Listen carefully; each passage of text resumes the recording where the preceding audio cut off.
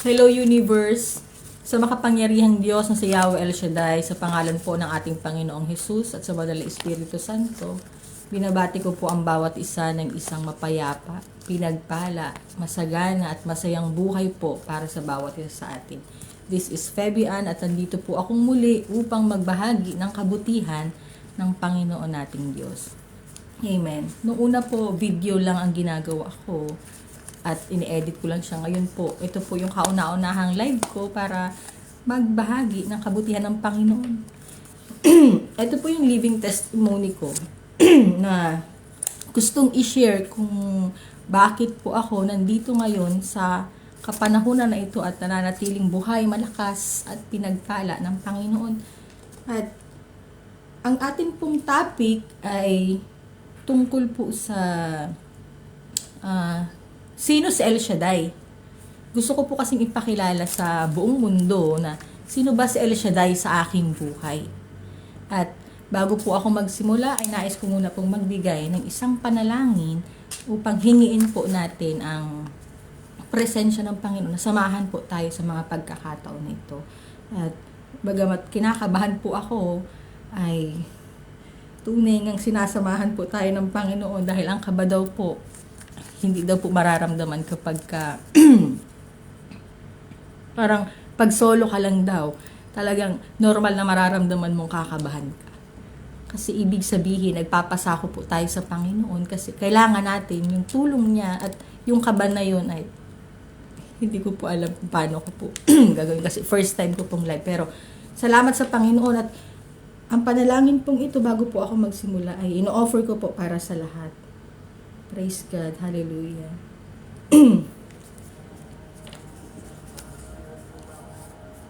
Ama naming Diyos na makapangyarihan sa lahat. Banal na Diyos at hindi nagbabago. Ang Diyos noon, ngayon at pagpakailanman. Ang Diyos ni Isaac, ni Jacob at ni Abraham. Ang Diyos noon na patuloy na nagahari hanggang ngayon. Purihin at sambahin ka, Panginoon, sa Espiritu at sa katotohanan. Na sa mga pagkakataon na ito, Panginoon, nalalaman mo ang laman ng aking puso't isip.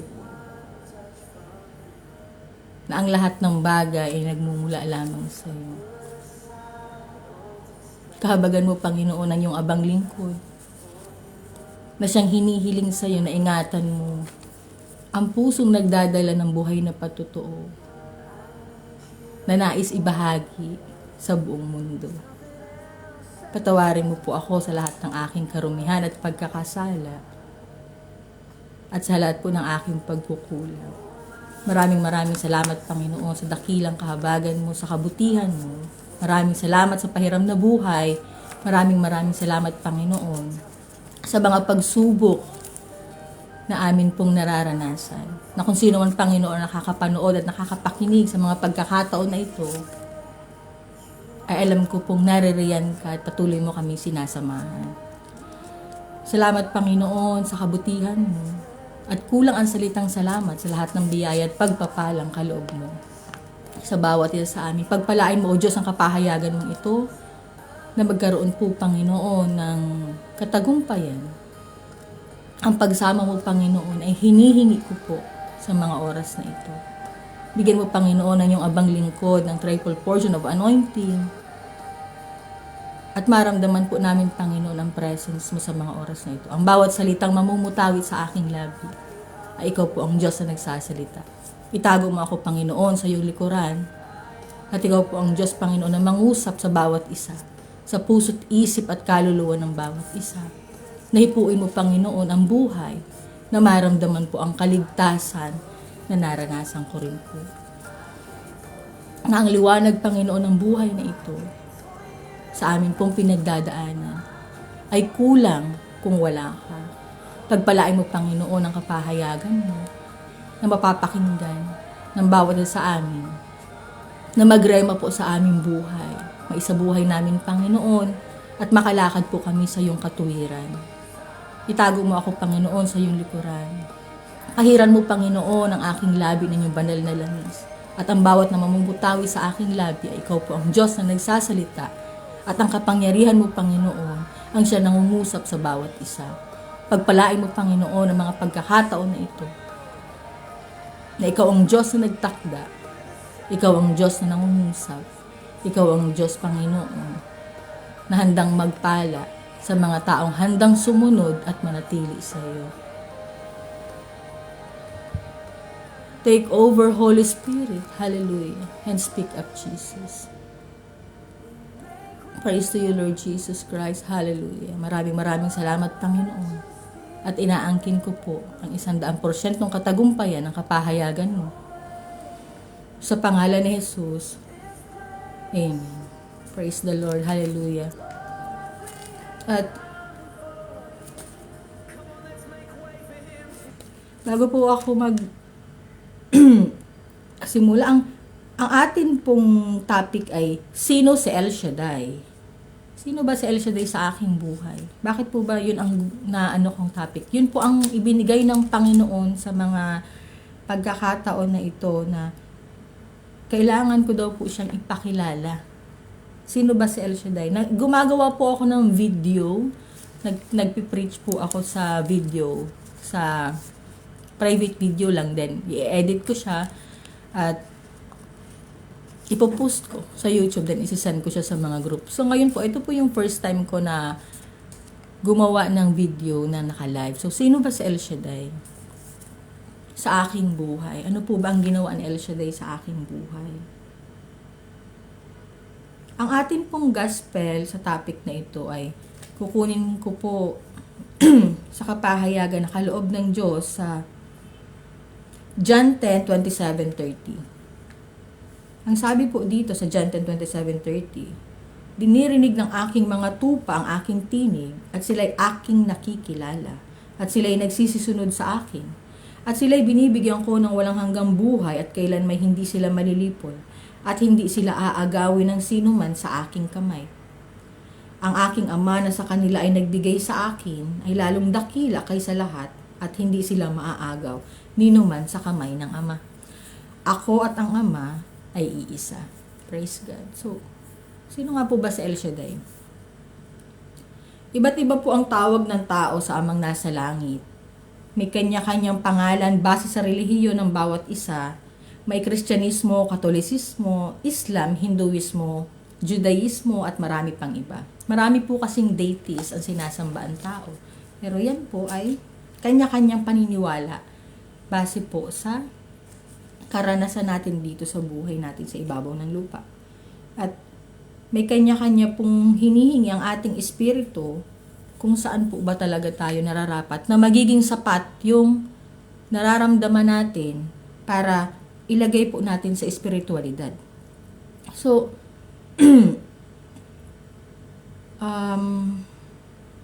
pero alam niyo po ba na iisa lang talaga ang creator o dakilang manlilikha ng sangkatauhan?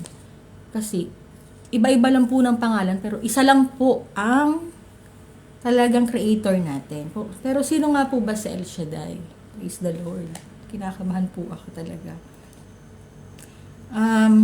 Bakit ko po ba palagi sinasabi sa unahan po ng aking video na sa makapangyarihang Diyos na si Yahweh El Shaddai, sa pangalan ng ating Panginoong Jesus at sa banal na Espiritu Santo? Bakit ko po palaging sinasabing ganyan? Yan po yung pagrespeto at paggalang ko po sa banal na Santatlo. Ano po ba yung banal na Santatlo? Holy Trinity, na sa ngalan ng Ama, ng Anak, at ng Espiritu Santo, na nagmula po sa Katoliko. At yun nga po, ang El Shaddai po ay hango sa Greek word. Ang ibig sabihin ng El ay God at ang Shaddai ay Almighty. Ang ibig sabihin ay ang makapangyarihang Diyos. Tama po kayo, makapangyarihang Diyos. El Shaddai, makapangyarihang Diyos. Ang El Shaddai po ay isang charismatic fellowship na ang ibig sabihin ay ang malalim na pakikipag-ugnayan o relasyon sa Panginoon. Hindi po ito relihiyon. Hindi po siya religion na parang kailangan ko pa po kayong inviting para magbagong buhay. Pero ito po, na testimony ko, ito pong ginagawa ko ay gusto ko pong ipahayag o ibigay po ang kabutihan ng Panginoon sa tao para maunawaan po ng tao kung gaano po ba kabuti ang Diyos. At gusto ko lang din pong ipakilala na sino ba si El Shaddai sa aking buhay. At yun nga po, Hindi po ito relihiyon, ito po ay samahan ng mga manggagawa sa ubasan ng Diyos na gustong sumayaw, umawit at pagpuri sa Panginoon. Ang El Shaddai po ay under ng Catholic Church at ang El Shaddai po ay pinamumunuan ng ating servant leader na si Brother Mike Z. Villarde at ang ating pong spiritual director ay si Bishop Chidoro Bacani po. Pastor po ba ako o may basbas po ba ako para sa ginagawa kong ito? May basbas po ba ako para mag-preach or magsalita po dito sa harapan para ipahayag po ang kabutihan ng Panginoon? Hindi po ako pastor at hindi rin po wala po akong basbas ng mga religion para po magsalita ako ng kabutihan ng Panginoon. Sadyang mahal na mahal ko lang po si Yahweh El Shaddai at hindi ko po makontrol yung sarili ko na hindi magsalita. Kasi napapanahon, ang sabi, wag mo daw pong itago. Wag mong itago ang ibinigay ng Diyos sa iyo. Na blessing, wag mong itago. Ang blessing po kasi hindi lang yung blessing na sa material na bagay. Hindi lang blessing sa mga, minsan ang blessing ng Diyos sa kalusugan, hindi lang sa wealth na yan, yung kalusugan mo kasi buhay ka pa. Praise the Lord, kinakabahan talaga po ako. At,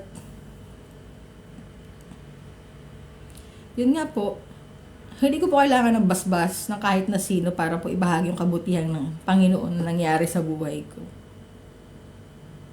Kasi po, ang Diyos ang nagtakda. Ang Diyos ang nagtakda. Ang Diyos ang siyang gumaganap. Kaya nakakapagbahagi po. Maraming salamat unang-una sa Panginoon. At hindi po talaga natin kailangan ng marangyang buhay o rangya sa buhay para po ibahagi mo ang kabutihan ng Panginoon. O kailangan mo pang magkamilyones para ipahayag mo lang po ang kabutihan ng Diyos para maniwala lang sa iyo ang tao. Parang kailangan mo pang magkaroon ng yaman muna bago mo i-share yung kaligtasang tinanggap mo sa Panginoon. Ang sabi po ng Panginoon na ibahagi mo ang kaligtasan, ipamalitaw mo ang kaligtasan tinanggap mo sa Panginoon upang maranasan din siya ng ibang tao. Ang lahat ay maligtas. Ang sabi po sa Romans 10:9, sapagkat kung ipahahayag mo ng iyong bibig si Jesus na Panginoon at sasampalataya ka sa iyong puso na binuhay siyang mag-uli ng Diyos sa mga patay, ay maliligtas ka. Amen. Tinawag po ako ng Panginoon 2014 pa. Pero wala po akong lakas ng loob na magsalita ng ganito. Kasi hindi po napapanahon ng mga panahon na yun na magsalita, kumbaga hindi pa siya buo yung pagkakahulma, hindi pa po siya buo, pero bagamat parang itinuturo ng Diyos, pero hindi po tayo pwedeng kabahan kapag sinabi ng Panginoon na tayuan mo siya sa kanyang pangalan. Pero hindi ko rin naman po sinasabi na nagmamarunong ako at nagmamagaling ako, kundi kailangan ko po palagi ang tulong at presensya ng Panginoon para magawa ko po itong mga bagay na ito. At sabi nga po ng Panginoon sa kanyang mga salita sa Romans 10:9, kung ipapahayag mo ng iyong bibig si Jesus na Panginoon at sasampalataya ka sa iyong puso na binuhay siyang mag-uli ng Diyos sa mga patay, ay maliligtas ka. Amen. Pero ang gospel po natin sa John 10:27-30, na sinasabi na, sa John 10:30 na lang po, ako at ang Ama ay iisa. So ang topic ko po ay sa El Shaddai. So bakit po mayroong Jesus? Parang ang dami namang Diyos. Yan po yung Holy Trinity. Ang amang si Yahweh El Shaddai na nasa langit at ang Panginoong Hesukristo na kanyang bugtong na anak na siya nagpakasakit at siyang nagtubos ng buhay ng bawat sa atin. Ang Panginoong Hesus po, ang ating personal na tagapagligtas na pwede nating hingian ng tulong sa lahat ng oras. Hello po, good morning sa nag-iisang viewer. Kumusta po kayo? At ang paglilingkod po ang pinakamahirap sa lahat ng bagay dito sa mundo dahil ito po ang pinakamaraming sakripisyo. Paano pong sakripisyo? Dudurugin ka muna po. Babasagin ka muna ng Panginoon. Na ang mga bagay na nakasanayan mo pong gawin, aalisin ka niya sa sitwasyon na yun. na hindi ayon sa kalooban niya. At napakahirap po nito mga pagbabata na ito sa paglilingkod po sa Panginoon. Praise the Lord, hallelujah. Kasi po, ang sabi nga po sa Mateo 19:24, ang sabi po sa Matthew 19:24, at muling sinasabi ko sa inyo, magaan pa sa isang kamelyo ang dumaan sa butas ng isang karayom kaysa isang taong mayaman ang pumasok sa kaharian ng Diyos. Amen po, napakahirap po talaga ng paglilingkod. Ito po ang pinakamahirap na bagay sa buhay ng tao. Madali pa po yung parang mga nakasanayan po natin na yung mga nakasanayan po natin sa buhay na ito, yung mga makamundo, yung mga gusto lang po nating gawin. Yan po yung parang hindi natin aanuhin po yung sarili natin na maglingkod, kasi pagka naglilingkod po sa Panginoon, parang iniisip natin, ay mamamatay na ako. Parang pag nagbasa tayo ng Biblia, ito na ang huling buhay ko. Parang hindi pa karapat dapat. Kaya nga, mas madali po talaga na parang sa makamundong buhay ka lang. Doon mo lang gusto. At ang pinakamahirap po ay ang paglilingkod. Pero binibigyan po tayo ng pagkakataon ng Diyos na makapaglingkod sa Kanya habang tayo nabubuhay. Na ang sabi nga po, huwag mong kakalimutan ang Panginoon sa panahon na malakas ka. Kailan ka po maglilingkod? Kailan ka maglilingkod kapag halimbawa, di ka na makalakad? Kapag halimbawa, hindi mo na kayang itayo yung katawan mo, hindi mo na kayang itaas yung mga kamay mo, at sasabi mo, saka na lang ako babalik sa Panginoon pagka matanda na ako. Pagka malapit na ako sa parang i-enjoy ko muna. Hindi po. Minsan iba po ang panawagan ng Panginoon. Minsan, pag tinawag ka ng Diyos, kahit ayaw mo, kahit wala ka pong magagawa, sa oras na tinawag ka ng Panginoon, hindi ka po makakatalikod. Aalisin niya ang lahat sa'yo. Pipilitin niya na sumunod ka sa Kanya kasi yun po ang kalooban niya. At ang sabi nga daw po, at tupang naliligaw ang hinahanap ng Diyos. Hindi naman yung mga tupa na sumusunod sa Kanya. Kaya nga mahal na mahal ng Diyos yung mga tao na nakakagawa ng hindi maganda. Bakit mahal na mahal? Kasi hindi mo alam kung saan ka pupunta. Hindi mo alam kung yung ginagawa mo ba ay tama. Masarap po yung mabuhay ka sa makamundong buhay. Masarap yung nakasanayan mo na yan po ang nature ng tao. Magtrabaho, magpakasaya, uminom ng alak, kumain. Ganyan lang po ang nature ng tao. Mag-provide, gumawa ng mga material na bagay, magkaroon ng greediness, ng pagiging sakim sa mga bagay-bagay na chase sa mga bagay-bagay sa ating buhay. Na yun yung pinakamadali nating gawin bilang tao. Pero yun nga po, ang paglilingkod po ang pinakamahirap na gawin sa buhay ng tao. Kasi para daw pong dumadaan sa butas ng karayom. Ang paglilingkod po sa Panginoon ay para ka pong dumadaan sa butas ng karayom. Makipot po ang daan, pero ang buhay naman, ang dulo, na pupuntahan mo. At sa makamundong buhay, na nilalakaran mo na parang masaya, nag-aaliwa, nagsasayahan, ang dulo po ay kamatayan. Lahat naman po tayo mamamatay. Pero iba po yung kamatayan na meron kang Diyos sa buhay mo. Kasi alam mo na may pupuntahan ka. Mahihimlay ka sa piling ng Panginoon. Sabihin na naman, ayan na naman sinasabi na Kaya ayaw ko pang maglingkod kasi mamamatay na kaagad. Hindi po, i-ready po natin ang ating sarili. Kasi yun po yung nakatakda na lumakad tayo sa kapanahunan na ito, nakasama po natin ang Panginoon. Ano po bang ugnayan itong sinasabi ko na ito? Tungkol kay El Shaddai. Ito pong ginagawa ko is parang living testimony ko po ito sa Panginoon, sa ginawa niya sa aking buhay. Yung mga nagtatanong dyan, ano ba ang meron yan? Bakit yan nagsasalita ng ganyan? At ano ba ang napatunayan niya sa sarili niya para magsalita siya? Wala po ako napatunayan sa sarili ko, kundi mabuti po ang Diyos na kaya ko pong tayuan ang pangalan niya. At mabuti po ang Panginoon na kahit wala po ako ng mga bagay-bagay na hinihiling ko sa Kanya. Ang sabi ng Panginoon, that seek ye first the kingdom of God and His righteousness, and all those things shall be added unto you. So, ibig sabihin, i-chase mo yung Panginoon at ang lahat ng bagay, mamamagnet mo. So, si Lord na ang bahala dun. Siya na yung gagawa. At, yun nga po,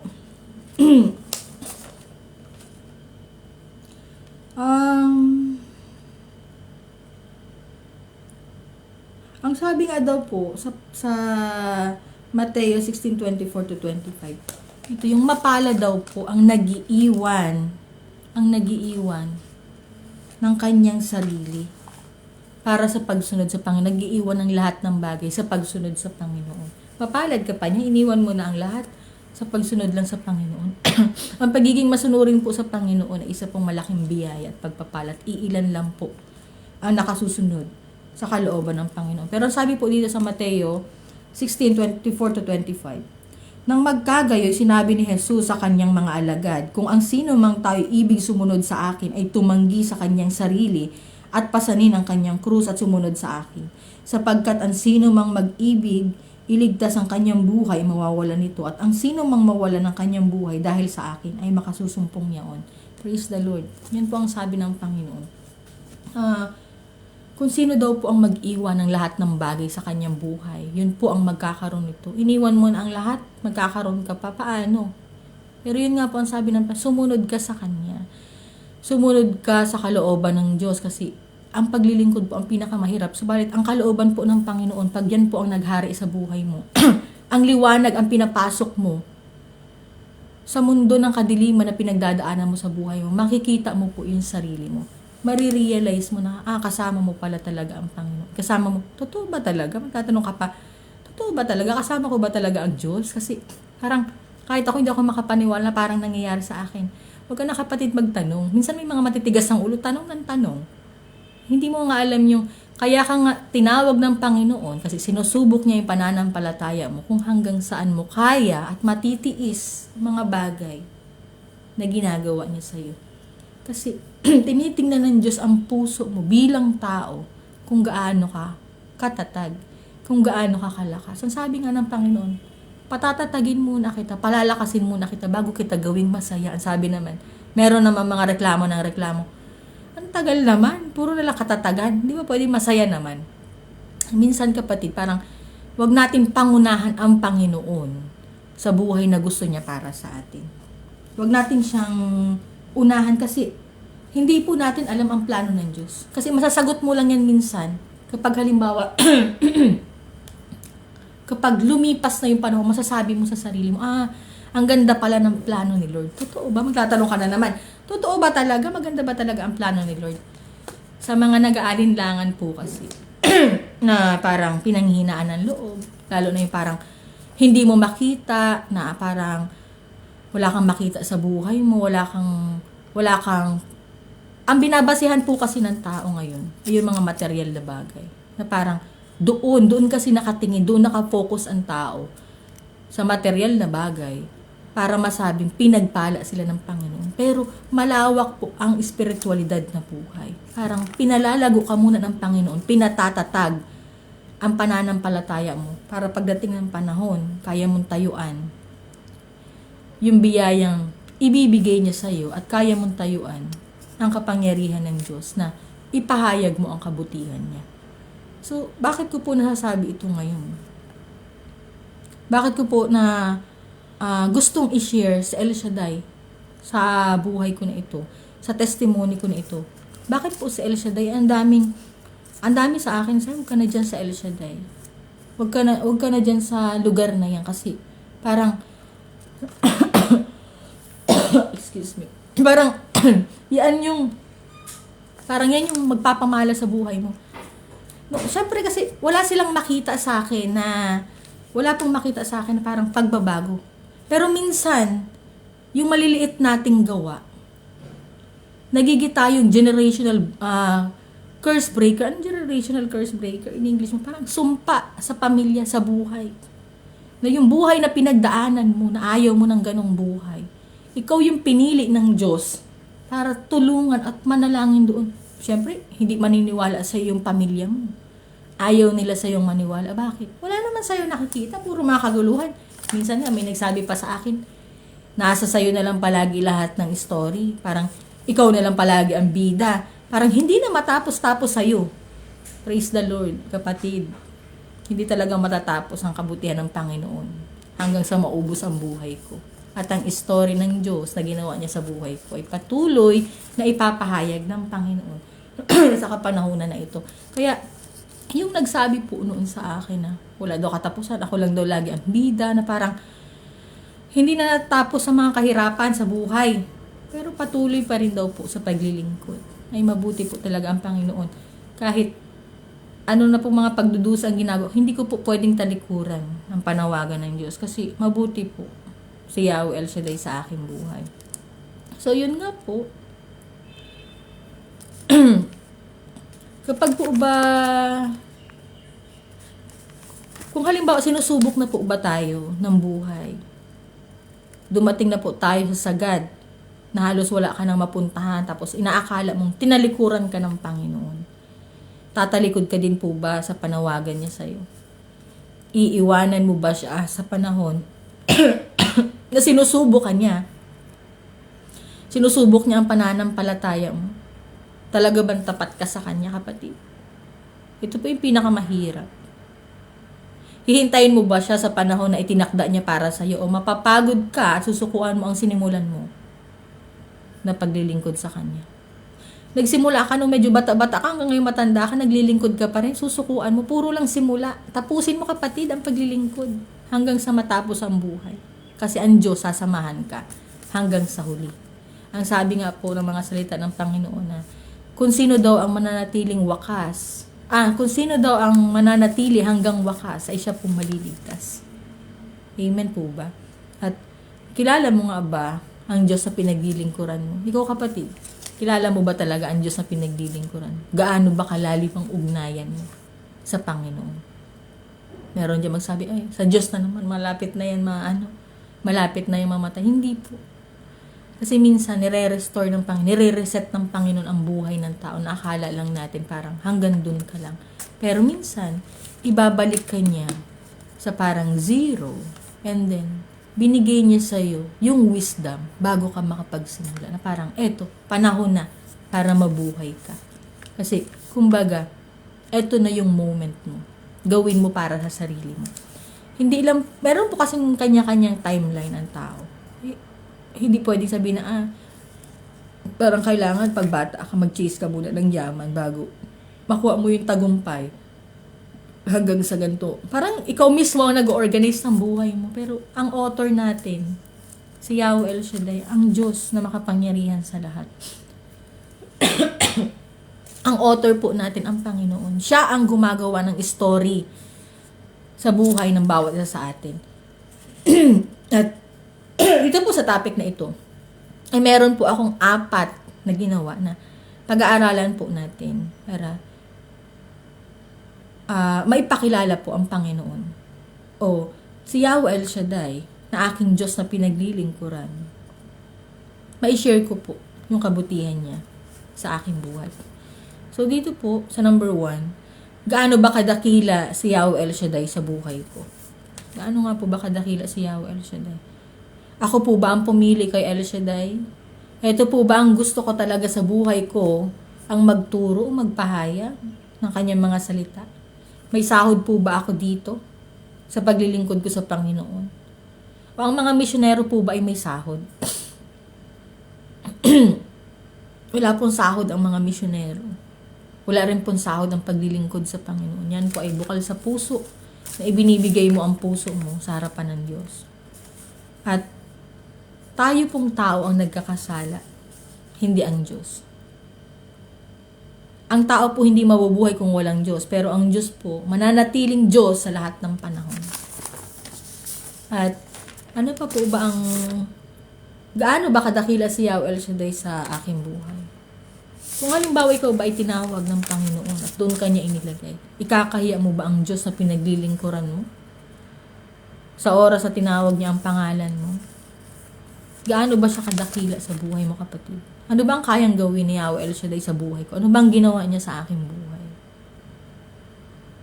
Ang ginawa po ng Panginoon sa aking buhay, at ganun siya kadakila, kasi ang Diyos na ito, na tumawag sa akin,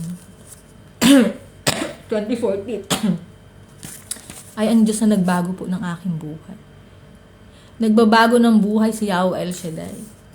Naglilinis ng puso, nagpapatawad sa mga kasalanan, nagpuputol ng sumpa, nagpapanariwa ng bulok, at bumubuhay ng mga patay. At higit sa lahat, nagmamahal sa'yo, kapatid. Yan ang totoo. Kahit iwanan ka ng mundo, ayaw na sa'yo ng mundo, wala nang meron sa'yo. Pero mahal na mahal ka ng Diyos. Patuloy ka pa rin niyang ginigising, binibigyan ng buhay. Para maramdaman mo sa sarili mo na meron kang kasama, may nagmamahal sa'yo, may Diyos na nag-iisa, makapangyarihan sa lahat. Parang, huwag mo nang problemahin kung sino yung mga kalaban mo. Huwag mo nang problemahin kung sino yung mga taong ayaw sa'yo. Tingnan mo yung Panginoon, yung pinagmumulan ng lahat ng bagay sa buhay mo. So, ang Panginoon, si Yahweh El Shaddai, nagbabago po yun ng buhay. Kasi kahit gaano po tayo karumi, kaya pong ayusin ng Diyos, linisin ng Panginoon ang buhay natin. Huwag po tayong laging tumingin sa material na bagay para sa pagbabago kasi ang espiritu natin ay nauuhaw sa paglilingkod sa Panginoon. Kaya nga sinasabing, nagawa ko na ang lahat ng bagay, binigay ko na ang lahat, meron na ako ng mga bagay-bagay na, pero bakit hindi ako masaya? Bakit ka nga hindi masaya, kapatid? Kasi may kulang sa'yo. Anong kulang sa'yo? Ang Diyos, kulang ka ng Panginoon. Isuko mo ang buhay mo sa harapan ng Panginoon at mararamdaman mo ang pagyakap niya sa iyo, ang mayamang presensya, ang mayamang pakikisama ng Espiritu Santo. O, sasabihin, ayan na naman, Espiritu Santo na naman. Parang, andun na si Yahweh El Shaddai, nandun ang Panginoong Hesukristo at ang Espiritu Santo. Yan po yung Holy Trinity. Yan po yung banal na santatlo ng mga Christian, ng mga Katolisismo. At ang sabi po sa Isaiah 1:18, magsiparito kayo ngayon at tayo'y magkatwiranan, sabi ng Panginoon. Bagaman ang inyong mga kasalanan ay maging tila mapula, ay magiging mapuputi na parang niebe. Bagaman maging mapulang gaya ng matingkad na pula, ay magiging parang balahibo ng bagong paligong tupa. Ano po ito sinasabi ko na ito? Ang sabi po ng Panginoon dito sa kanyang mga salita, kaya ka po niyang linisin sa karumihan mo. Hindi mo makikita ang liwanag mo, kapatid, kung hindi mo naranasan ang kadiliman. Sa kadiliman kasi, dun ka hinuhubog ng Diyos para ipakita niya sa iyo na mas maliwanag ang buhay na kasama ang ating Panginoong Hesukristo. At naglilinis ng puso ang Panginoon. Lilinisin niya ang lahat sa iyo. Tatanggalin niya lahat. Aalisin niya ang lahat ng mga nakasanayan mo. Parang ang huhubarin niya lahat. Babaguhin niya ang lahat sa buhay mo. Kasi gusto ng Panginoon, makasunod ka sa Kanya, sa katuwiran, na malinis ka. Parang, ay hindi na pala ako pwede ang tao po likas na nagkakasala yan. Nature po ng tao na magkasala. Kasi hanggat nabubuhay ka, makasalanan ka. Kahit mga naglilingkod po sa Panginoon. Meron dyan ang mga simba ng simba, maya-maya, nagmumura na. Meron na, doon lang sa loob ng simbahan. Chismosa, marites. Diba? So, hindi po tumitingin ang Diyos sa puso, sa karumihan mo. Hindi siya tumitingin sa marumi na buhay mo. Ang tinitingnan niya yung puso mo na handang sumunod at kayang magbago sa harapan niya. So, nagpapatawad po ang Panginoon sa mga kasalanan. Kapag halimbawa nasumpungan po natin, pinapasok natin ang ating Panginoong Hesukristo sa ating buhay, papatawarin po niya tayo sa lahat ng ating karumihan. May nagmamahal sa iyo, kapatid. Yung parang inisip mo wala ka ng pag-asa. Meron dyan kasi. Sa mga oras na ito, kung meron pong makakapanood o makakapakinig na nawawalan ka ng pag-asa, nawawalan ka ng gana, merong Diyos na handang tumulong sa atin. May nagpapatawad ng mga kasalanan. Huwag mong isipin palagi ang bigat-bigat na nito na parang wala na akong pag-asa, parang wala na sa aking nagmamahal, wala na. Ang tao lang ang may gawa-gawa niyan. Pero i-chase mo ang buhay na kasama ang Panginoon. Doon ka, bumalik ka sa source at mamamagnet mo lahat, maa-attract mo lahat. Kaya kasi sabi na, I do not chase, I attract. Ina-attract mo yung biyaya ng Panginoon sa pamamagitan ng pagsunod mo sa Kanya. So yun po, ganyan kadakila ang Panginoon na kayang magpatawad sa lahat ng ating mga karumihan. Sa Ezekiel 17:22-24, ang sabi po dito ng Panginoon, ganito ang sabi ng Panginoong Diyos, kukuha naman ako sa dulo ng mataas na sedro at aking itatanim sa pinakamataas na kanyang sariwang sanga, ay puputol ako ng supling at ang aking itatanim sa isang mataas na bundok at matayog. Sa bundok na kaitaasan ng Israel ay aking itatanim at magsasanga at magbubunga. at magiging mainam na sedro at sa lilim niya tatahan ang lahat ng ibon na may iba't ibang uri. Sa lilim ng mga sanga niyaon, magsisitahan sila. At lahat na punong kahoy sa parang ay makakaalam na akong Panginoon ang nagbaba sa mataas na punong kahoy, nagtaas sa mababang punong kahoy, tumuyo sa sariwang punong kahoy at nagpanariwa sa tuyong punong kahoy. Akong Panginoon ang nagsalita at gumawa niyaon. Amen po. Ang Panginoon po ay kayang bumuhay ng mga patay, magpanariwa po ng mga bulok, magputol ng sumpa, at higit po sa lahat ay magmahal sa atin. So ito pong mga salita niya dito sa Ezekiel 17:22-24. Kaya pong buhayin ng Panginoon ang patay. Kaya po niyang paniriwain. Paano sa buhay natin, paano po natin mai-apply? Halimbawa, lubog ka na sa problema, wala ka ng pag-asa, nahihirapan ka sa pinagdadaanan mo, parang yung mga nakasanayan mong nasa paligid mo, na kahit anong gawin mo, hindi ka masaya. Na parang ang pakiramdam mo sa sarili, makasalanan ako, hindi ako karapat-dapat, na parang pakiramdam natin na wala akong kakayahan na ayusin yung buhay ko. Wala tayong kakayahan, pero ibigay po natin sa ating Panginoon at ang Diyos ang gagawa. Na kahit gaano ka makasalanan, na kahit gaano karumi ang buhay mo, ay kayang papaniruwain ng Panginoon. At gaano man kagulo ang buhay mo sa pamilya mo, sa harapan ng Panginoon, ay kayang-kaya niyang ayusin. Kayang-kaya niyang i-restore ang lahat ng bagay. Kayang-kaya niyang gawa ng paraan na maging buo ka ulit. Kasi gusto ng Panginoon, makita mo yung sarili mo na mahalaga ka. Nakatulad ng pagtingin niya sa'yo, ganun mo tingnan yung sarili mo.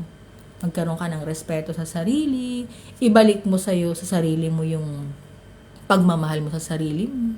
Ayusin mo ang lahat sa buhay mo. Na parang magsimula muna sa'yo. Kaya nga sinabi dito, sa John 10, sa 30, doon lang po natin kukunin. John 10, 30 na, ako at ang may iisa. Kung i-apply po natin siya sa ating buhay, hindi naman po talaga tayo ang may-ari ng lahat ng bagay. Pero sinabi nga na ako at ang may iisa. Kung i-apply po natin, tayo bilang tao at ang Ama ay nagkakaisa. Na kung ano po yung isip natin at naka-align tayo sa Panginoon, ang lahat ng bagay ay kanyang isusunod. Madali lang po, parang madali lang mag-manifest. Parang madali lang natin i-manifest ang ating buhay na gusto natin ng ganito, gusto ko ng ganito. By the power of declaration po, kayang-kayang mangyari sa ating buhay kung buhay po ang ating faith.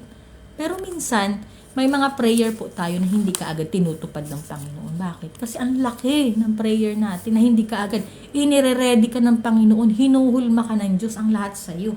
Binabago muna niya ang lahat sa iyo bago niya ibaba sa buhay mo ang buhay na gusto niya. So yun nga po, ganyan kadakila ang Diyos, ganyan kadakila si Yahweh El Shaddai sa aking buhay. Nagbabago ng buhay, naglilinis ng puso. Malinis ba ang aking puso? Hindi ko rin po masasabi sa harapan ng mga tao, kundi sa harapan ng Panginoon ay patuloy po niya akong minamarapat sa biyaya at pagpapala niya. At sa buhay na ito, sa kalakasan po ng aking lupang katawan, minamarapat po niya. Nagbago nga po ba ang aking buhay sa harapan ni Yahweh El Shaddai?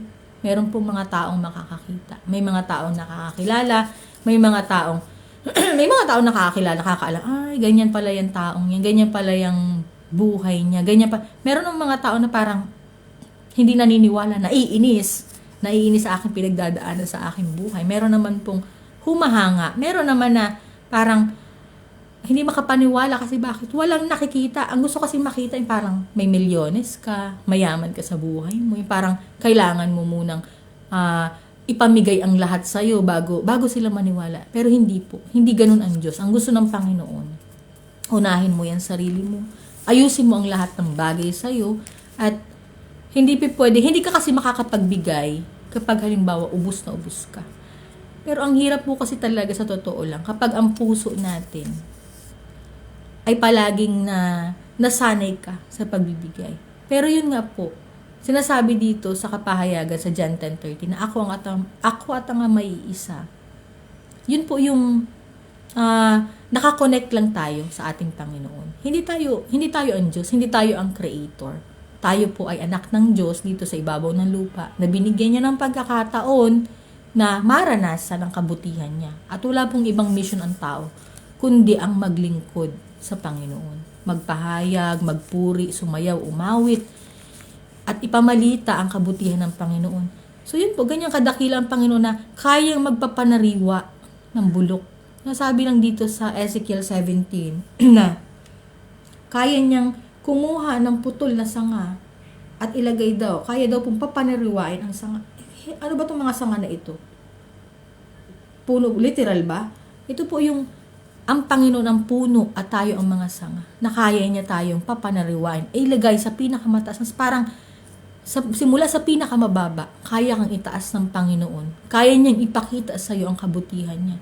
Hindi po natin talaga yung kayang mag-isa. Meron tayong free will, pero may hangganan po ang free will ng tao. May kasagaran, kaya sinasabing sagad na ako. Hindi ko na kaya. Pagod na ako sa ganito. So, merong Diyos kang matatakbuhan kapatid. Meron kang Diyos na malalapitan sa oras na ito. Ganun po kadakila si Yahweh El Shaddai sa aking buhay. Ganun niya po ako binago. Ganun niya po. Meron dyan magsasabi, kainuman ko lang yan nung isang araw eh. Parang, nag-iinuman lang kami niya. Parang, kaanuhan ko lang, kasama ko lang yan sa pagdudroga ng mga panahon. Tapos ngayon, nandyan na, nagsasalita na ng salita ng Diyos. Praise the Lord, kapatid. Mabuti ang Diyos. Minsan sa lumang buhay mo, doon ka tatawagin ng Panginoon para makita ng buong mundo ang kabutihan niya. Minsan gagamitin niya ang buhay mo eh. Kaya wag mong mamalitin yung sarili mo. Wag mong mamalitin na, ay minsan kainuman ko lang to, minsan kasama ko lang to sa pagbibisyo, tas nandyan na ngayon, sa harap na ng camera, nagsasalita na siya tungkol sa Diyos. Paano ka makakaakay kapatid kung halimbawa wala kang buhay na patotoo sa harapan ng kapwa mo?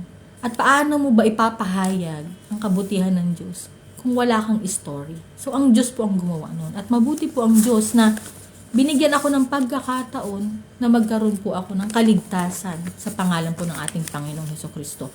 At higit po sa lahat, dakila po si Yahweh El Shaddai sa aking buhay. Dahil si El Shaddai po ang nagmamahal sa akin. Mahal na mahal po ako ng Panginoon. Hindi lang po ako, tayo pong lahat. Mahal po ng Panginoon ang buong sangkatauhan. Kaya sabi niya sa John 3:16, sapagkat gayon na lamang ang pagsinta ng Diyos sa sanlibutan na ibinigay niya ang kanyang bugtong na anak upang ang sino mang sa kanya sumampalataya ay huwag mapahama kundi magkaroon ng buhay na walang hanggan. Amen po. Napakadakila po ng Panginoon. Kita niyo po, kanyang bugtong na anak ibibigay. Ikaw bang magulang, kaya mong ibigay ang anak mo sa harapan ng mga tao? Kaya mo bang isakripisyo yan? Kaya mo bang italaga ang buhay niya para sa ibang tao? Na parang, siyempre, tayong tao, hindi natin sasakripisyo yan. Pero ang Diyos, ibinigay niya sa atin ang Panginoong Hesukristo na sa pangalan po ng Panginoong Hesukristo, ano man daw ang hilingin natin sa ilalim ng kanyang pangalan, ay susundin po ng ating amang nasa langit na si Yahweh El Shaddai. Kaya pong ibigay ng Panginoon ang lahat ng bagay sa atin sa pamamagitan po ng panalangin sa pangalan ng ating Panginoong Hesus. Kaya po niyang ayusin. Kaya niya tayong tulungan, kaya niya po tayong pagpalain na walang imposible sa Panginoon. Kayang-kaya ni Jesus na ikaw ay pagpalain, higit pa sa iyong inaasam, higit pa sa iyong hinihiling, ibibigay ng Diyos. Pangako niya'y totoo, sobra-sobrang pagpapalay, tanggapin na. Yun ang sabi. Kaya daw po ni Jesus pagpalain ang lahat ng tao. Sa pangalan ng ating Panginoong Jesus. Sa amang nasa langit, kaya niya pong ibigay ang lahat sa atin. So yun po. Yan ang nagmamahal sa atin. Ang ating amang nasa langit. Kaya kung wala ka na ng mga bagay, wala ka na ng mga taong nagmamahal sa'yo, pabayaan mo na sila. Meron kang Diyos na kasama na mahal ka. At ang lakas ng backup mo kapatid. Kasi Diyos ang kakampi mo eh. Sabihin, ay Espiritu, hindi ko naman, parang gusto ko rin ng kaibigan, gusto ko rin ng yakap. Diyos ko po, Panginoon, kapatid. Mga, parang mga ambisik lang naman ang mga hinihingi mo. Pero yan nga ang nature ng tao. Yan ang nature ng tao. Humingi tayo ng mga, ang gusto kasi natin to see is to believe. Gusto kasi natin nahahawakan. Ayaw kasi natin ng espiritu. Sino ba naman ang gusto ng espiritu lang? Ang gusto natin nahahawakan, syempre. Pero ang sabi ng Diyos, unahin muna natin siya at ang lahat ng bagay isusunod niya para sa atin. So yun po yung number 1. Nasa number 1 pa lang po tayo. Napakatagal nito. Praise God. Thank you, Lord. At ano po ba ang hinihingi ni Yahweh El Shaddai sa tao upang maranasan ang kadakilaan niya? Salamat po sa Panginoon na binigyan niya po ako ng kakayahan na makapagpahayag. Ang Diyos din po ang nagbigay ng karunungan para ipakilala mo siya sa buong mundo. Noong una po parang nahihiya ako. Hindi ko kaya. Hindi ko kaya na magsalita. Parang, kasi wala akong alam sa pagpahayag. Wala akong alam sa gagawin ko. Pero mabuti po ang Panginoon. Binigyan niya ako ng kakayahan, ng karunungan, ng kaalaman kung paano i-share po. Hindi lang ito. Bago ko po ipahayag ang kabutihan ng Panginoon, ipinaranas muna niya sa akin sa buhay ko. Simula pagkabata hanggang ngayon. Ang karanasan na ipinakita niya. Kumbaga, pinag-aral muna niya ako sa buhay. Sa buhay na literal. Para makilala ko kung sino ang Diyos na aking pinaglilingkuran. So, naranasan ko muna po yung mga hirap, yung mga pagdurusa, yung mga kadiliman, yung mga bisyo. Dumaan po ako sa mga ganyang buhay na parang may kasagaran po hanggang sa nakakapagod. Hindi siya masaya, hindi siya masarap. Masarap lang siya sa una.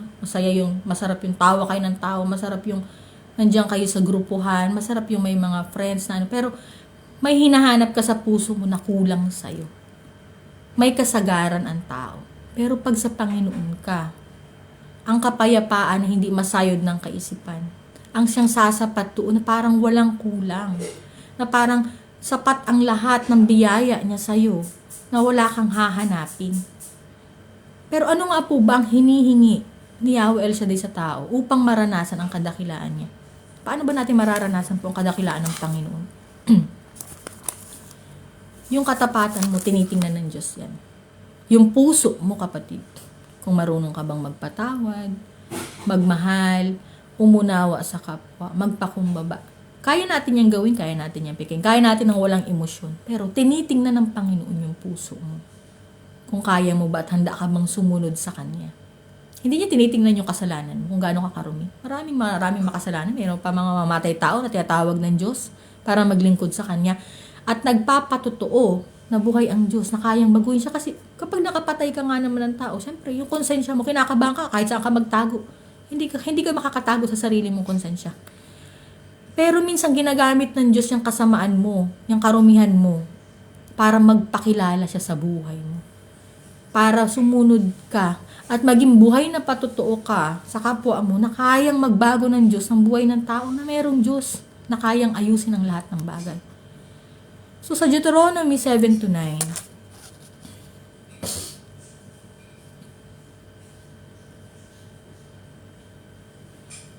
ang sabi po dito,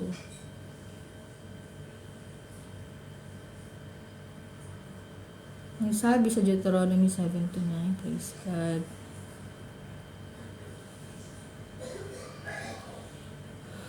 ang sabi po sa Deuteronomy 7-9, talastasin mo nga na ang Panginoon ninyong Diyos ay siyang Diyos, ang tapat na Diyos, na nag-iingat ng tipan at nagagawad ng kagandahang loob sa mga umiibig sa Kanya at tumutupad ng Kanyang mga utos hanggang sa isang libong saling lahi. Talastasin mo nga na ang Panginoon ninyong Diyos, ang siyang Diyos, ang tapat na Diyos, na nag-iingat at nagagawad hanggang sa 1,000 saling lahi. So, sa katapatan po natin, at sa puso po natin na tinitingnan ng Panginoon, ang Diyos po na tumawag sa atin, ang siyang kayang magbago. At tinitingnan ng Panginoon ang ating pananampalataya at ating pagiging masunurin. Praise God, napakabuti po ng ating Panginoon. Na ang Diyos noon, ngayon, hanggang sa susunod, hanggang sa 1,000 saling lahi, ay ang Diyos na patuloy at nananatili na Diyos na kayang magtapat at magligtas sa bawat isa sa atin.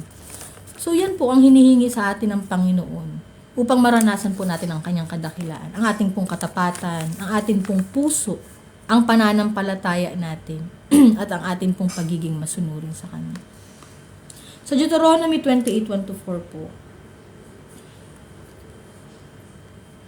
sabi sa Deuteronomy 28:1-4, at mangyayaring kung iyong didingging masikap ang tinig ng Panginoon mong Diyos upang isagawa ang lahat niyang utos na aking inuutos sa iyo sa araw na ito, ay itataas ka ng Panginoon mong Diyos sa lahat ng mga bansa sa lupa. At ang lahat ng pagpapalang ito ay darating sa iyo at aabot sa iyo kung iyong didinggin ang tinig ng Panginoon mong Diyos. Magiging mapalad ka sa bayan at magiging mapalad ka sa parang. Magiging mapalad ang bunga ng iyong katawan at ang bunga ng iyong lupa at ang bunga ng iyong mga hayop. Ang karagdagan sa iyong bakahan at ang mga anak ng iyong kawan. Amen. Ito po yung sasabing hanggang sa 1,000 salin lahi, pinagpapala ng Panginoon ang pagiging masunurin mo. So, ang tinitingnan po ng Panginoon ng atin pong puso. Praise God. Hallelujah. Hindi niya po tinitingnan sa atin ang ating karumihan. Tinitingnan ng Panginoon kung hanggang saan natin kayang sumunod sa Kanya. Amen po ba? So, yan po ang hinihiling ng Diyos sa atin para maranasan po natin ang Kanyang kadakilaan. Ang ating pong pagiging masunurin. At ipaparanas naman niya sa atin ang Kanyang kabutihan hanggang sa susunod na salin lahi. Paano minsan, ang tao hindi maintindihan na hanggang sa susunod na salin lahi. Kung bukas po tayo sa pag-unawa, sa pagbabasa ng Biblia, malalim po ang kapahayagan ng Panginoon sa bawat salitang namumutawi sa kanyang bibig. Ito po ang ating magiging kalakasan. Minsan kapag umiiyak tayo, parang ayaw nating magbasa ng Bible. Kasi ayaw nating basahin, ayaw nating intindihin yung mga salita na nakasulat sa libro. Bakit? Kasi nakakatamad nga namang magbasa, di ba po? Sa atin pong mga tao. Nakakatamad man na lang. Parang naghahanap tayo ng comfort. Pero ang sabi ng Panginoon, tumiwala ka sa akin. Ibigay mo sa akin ang iyong kabigatan. At ako ang magpapasan. Pasanin mo ang aking pamatok sapagkat ito ay magaan. So mabuti po ang Panginoon sa atin pong pagsunod.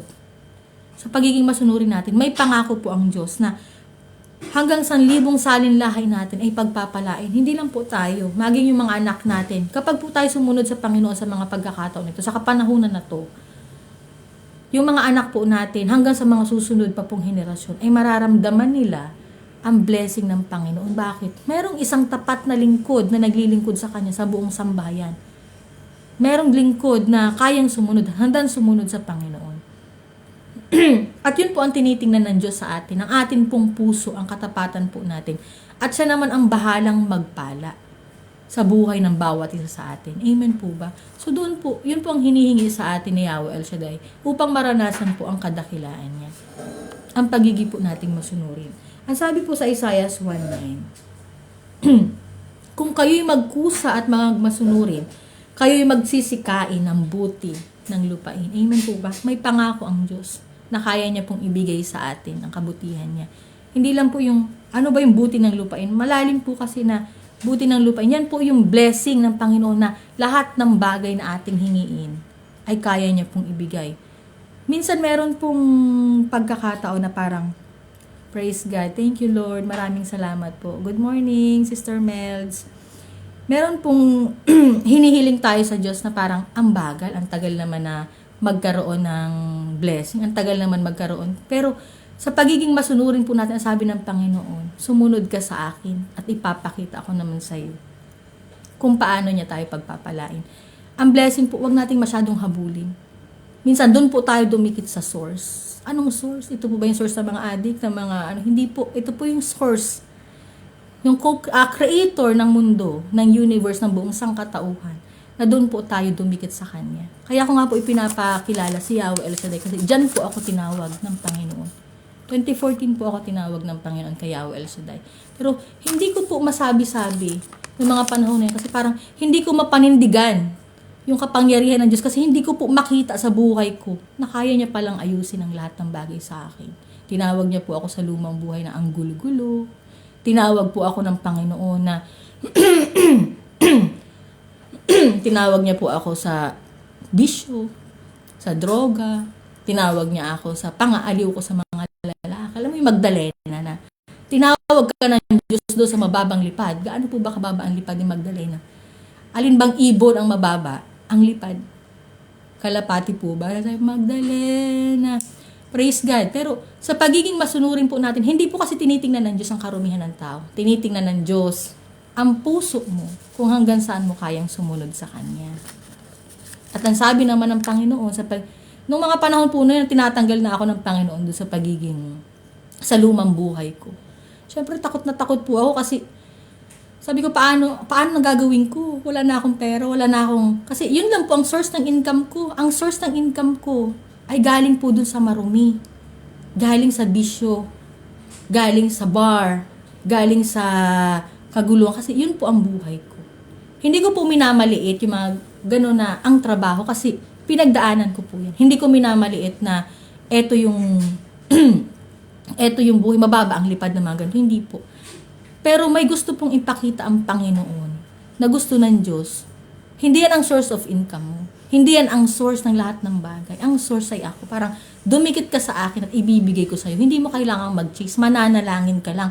Kasi noong mga panahon po yun, hindi ako marunong mag-pray. Hindi po ako marunong mag-worship. Hindi ako marunong magsimba. Parang gustong-gusto ko lang. Minsan nga pag matutulog po ako, parang ay okay na sa akin ng 3 ama namin. 3 abagin ng Maria. Minsan hindi ko pa kabisado. Paano nga? Sumasampalataya, hindi ko pa nga po yung kabisado. Kasi Katoliko po eh. Kailangan mo kabisaduhin mo kasi yan ang nakasanayan. Kasi yan po ang sa parents ko na Katolisismo. Yan po ang pinanggalingan ko. Pero nang magpakilala sa akin si Yahweh El Shaddai, doon po lumalim ang ugnayan sa Panginoon. Doon nagkaroon ng parang revelasyon si Yahweh El Shaddai sa buhay ko na hindi lang ito. So parang ako po, parang nawindang ako kasi dito ako kumukuha ng pera. Dito ako kumukuha ng pera sa pagpupukpok ko. Dito ako kumukuha ng pera sa mababang lipad na pagiging Magdalena ko. Paano ko pakakainin yung mga kapatid ko na parang gusto kong mag-share? Paano ako magbibigay na sa ako parang pinasan ko lahat na parang parang pinasan ko yung mga bagay na hindi dapat. Parang ako yung kumakawala doon sa buhay na dapat sana pinapatiis ng Panginoon sa akin na parang hindi mo yung kailangan gawin, na parang kailangan mong manalangin kung talagang gusto mo sumunod ka sa akin. So doon po nagkaroon ng revelation si Yahweh El Shaddai sa akin. So ano po ba ang hinihingi ni Yahweh El Shaddai sa tao upang maranasan ang kadakilaan niya? Yung pong katapatan mo, yung puso mo, hinihingi niya yan sa'yo na marunong ka bang magpatawad sa lahat ng naranasan mo sa buhay mo? Kaya mo bang magmahal sa kabila ng kadiliman na pinagdaanan mo? Unawain ang tao. Kaya mo bang magpakumbaba sa harapan ng Panginoon? O parang, minsan po kasi tayo, parang pagkakaya natin ang lahat ng bagay, sobrang strong natin, hindi makapasok ang Diyos. Bakit hindi siya makapasok? Kaya mo eh. Sinusolo parang, kayang-kaya ko to, di ko to. Andun po yung pagiging mataas. Andun po yung pagiging mayabang. Nawawala po sa atin yung pagpapakumbaba. Bakit po? Kasi, kaya natin to. Parang, ako ang Diyos, kaya ko to lahat. Hindi ko kaya ang Diyos. Minsan ginagawa natin bata ang Diyos eh. Yung parang, sige Lord, susunod ako sa'yo, pero kakayanin ko to. Parang hindi kita pa poproblemahin. Pero hindi. Ang sabi ng Panginoon, ikaw ang manatili dyan. At ako ang kikilos para sa'yo. So, yun po yung ginawa ko ng mga panahon. Parang kinakaya ko lang lahat. Ginagawa ko lang na pasanin ang lahat. Sobrang strong ko. Parang, kaya ko to. Pero hindi po talaga. Napakabigat po ng buhay na hindi po natin kaya sa sarili lang natin. Kasi doon po nabubuo yung pagiging mapagmataas, pagiging mayabang po natin. Nawawala po tayo doon sa marunong, sasabi natin sa sarili natin na marunong tayo magmahal, magpatawad. Pero yung sarili natin, hindi natin mapatawad. Kasi bakit? Galit po yung kumikilos sa atin. Pero kung ang puso po natin isinusuko natin sa Diyos, ang katapatan po natin, mararanasan po natin ang kadakilaan ng Panginoon. At sa pagiging po nating masunurin ang sabi ng Diyos, ay kaya po niyang ibigay ang buti ng lupain. Anong buti ng lupain mo sinasabi ni Lord? Hindi ko po maintindihan ng mga una. Kaya niya pong ibigay ang lahat ng ating hinihiling. Ang gusto ni Yahweh, ang gusto niya, sumunod ka sa akin, mag-align ka sa akin. Paano mag-align? Parang, huwag kang mag-chase, kapatid. Huwag kang maghanap. Mag-pray ka, maghintay ka sa ibibigay niya para sa'yo. So, yun po sa pagiging masunurin natin. Yan po ang sabi ng Panginoon. Na kaya niya pong ibigay ang lahat ng bagay. Sa Isaiah 1:19, kung kayo'y magkusa at mga magsunurin, kayo'y magsisikain ng buti ng lupain. At kapag po naranasan natin ang blessing ng Panginoon, huwag mong hihiwalayan, kapatid. Huwag mong lolokohin ang Diyos. Huwag mong parang, sa totoo lang, napakahirap po talaga. Napakahirap pong maglingkod. Napakahirap po na maging masunurin sa Panginoon. Kasi parang hindi po makapanipaniwala, lalo kapag nasanayan mo po talaga na parang strong na strong ka. Parang pakiramdam mo, pinabayaan ka ng Diyos. Parang pakiramdam mo, kaya ko to, matatag ako. Pero ang totoo, hindi po talaga.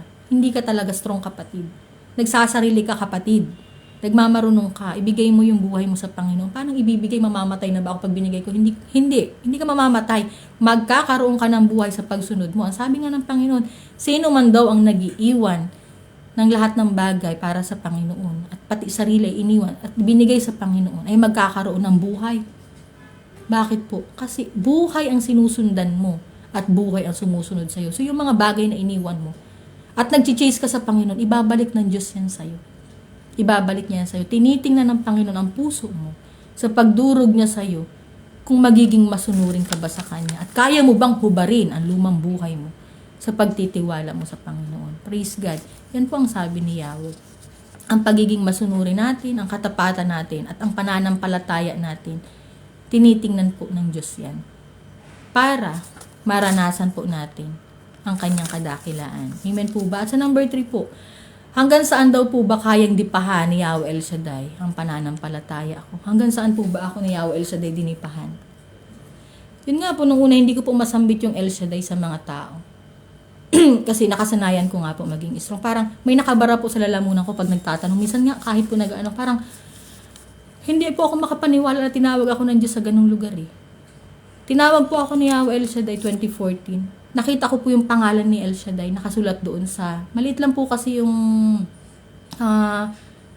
doon sa, tinawag po ako sa PFCC 35, Daet Camarines Norte.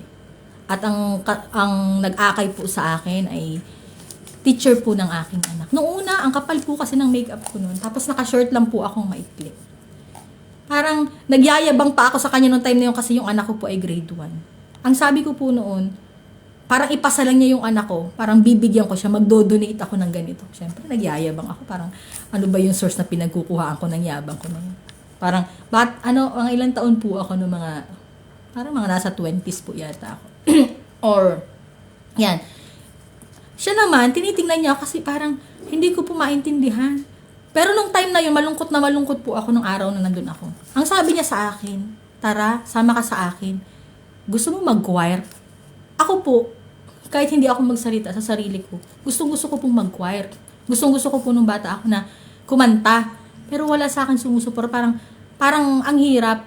So parang ang tagal ko pong naging strong na ganon. So yun po, nung time na yun, pagpunta ko po dun sa school, sabi niya sa akin, sa Saturday, punta tayo sa ganito, sa church daw. Punta na po kami. Pagdating ko po doon, pagkakita ko po ng pangalang El Shaddai, papaurong po ako.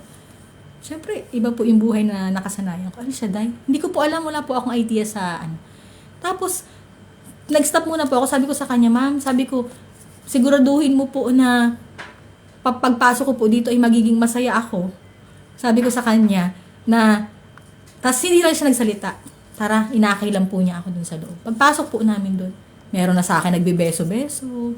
Meron na po sa akin yung parang nagyayakap-yakap na, hello, good morning sis, parang kumusta ka? Sa akin, bago po yun. Kasi hindi ko maramdaman yung pagmamahal sa buhay na pinagdadaanan ko nun, sa lumang buhay ko. Bago sa akin yung pag-El Shaddai. Bago sa akin yung mga taong brothers and sisters. Kumain muna po. Natutuwa po ako nun kasi dahil mayabang po ako. Natutuwa po ako na parang may nagbibigay, may pagkain. Parang bago sa akin, ay, pwede pala yun. Parang hindi pala palagi ako yung magbibigay. Parang hindi pala palagi ako yung pwede rin pala akong bigyan. Na kahit parang isang plato lang po yun na hati-hati doon sa pagkain. Pero ang saya-saya ko po. Hindi ko po yung sinasabi sa kanya.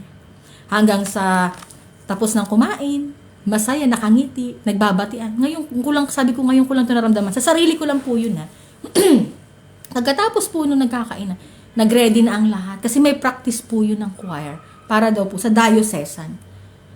Nang nagsimula na pong bumagsak yung beat ng drum, nagtugtugan na binigyan po ako ng papel na kakabisaduhin na ito daw po yung lyrics ng kanta. Praise God, yung kanta po na yun, noon, nakakabisa ko po kaagad. Instant. At doon po sa oras na yun na nagbabagsakan na yung tugtog, na parang nagdidisco, na parang doon po tumulo yung luha ko. Nasabi ko sa sarili ko, gusto ko na pong magbago. Gusto kong magbago. Sabi ko sa Lord, gusto kong magbago. And then paglabas po namin doon, tapos na. Doon po ako na, nagsabi po ulit ako doon kay ma'am. Shout out, Ma'am Socorro Abanes, Ma'am Babes, Sister Babes. Salamat po, maraming salamat po. Pagpalain po kayo ni Lord. Ang layo po ng akay mo, ng nakarating po ng Dubai. Praise God. At yun po, ang sabi ko po sa kanya, Ma'am, kailan po ulit tayo babalik dito? Amen. Napakabuti po ng Panginoon. Doon ko po naranasan yung mainit na pagmamahal ng Panginoon na matagal ko pong hinahanap sa Diyos, sa source, na pinababalik ka ng Panginoon sa paahan niya, na maglingkod ka, na ang lahat ng bagay ay kaya niyang ibigay sa iyo. Pero, hindi pa po doon natapos ang kalbaryo ng aking buhay sa paglilingkod. Kasi ang paglilingkod po ay hindi naman madali. Marami pa rin pong failure. Yan po ang pinakamahirap. Ang mga naglilingkod, akala po natin parang kayang-kaya yan, mga lingkod yan ng Diyos, hindi yan nagkakaroon ng problema. Mas mabigat po ang problema ng mga taong naglilingkod sa Panginoon. Bakit?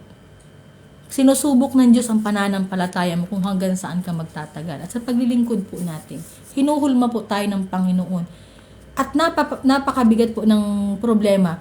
Pero meron na po tayong Diyos na maaasahan. Kasi meron na po tayong matatakbuhan. Meron po tayong Yahweh El Shaddai. Hindi ko talaga masambit-sambit yan, sa totoo lang.